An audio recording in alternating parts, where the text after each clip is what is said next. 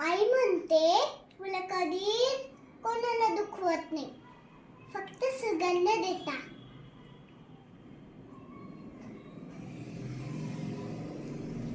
मग मी पण फुलासारखं व्हायचं ठरवलंय. तू रोज सकाळी हसतोस, पावसात भिजतोस, तरी पण रडत नाहीस. अरे तू खूप धैर्यवान आहेस रे.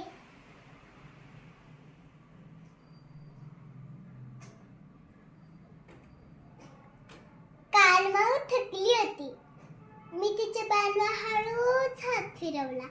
ती म्हणाली, माझी गोजिरी फुलं आहेस तू.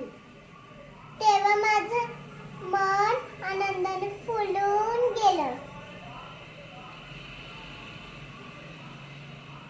मी हे फूल जपून ठेवणार आहे, कारण यात माझं माऊचं प्रेम, माझं छोटं जग सगळं दडलंय.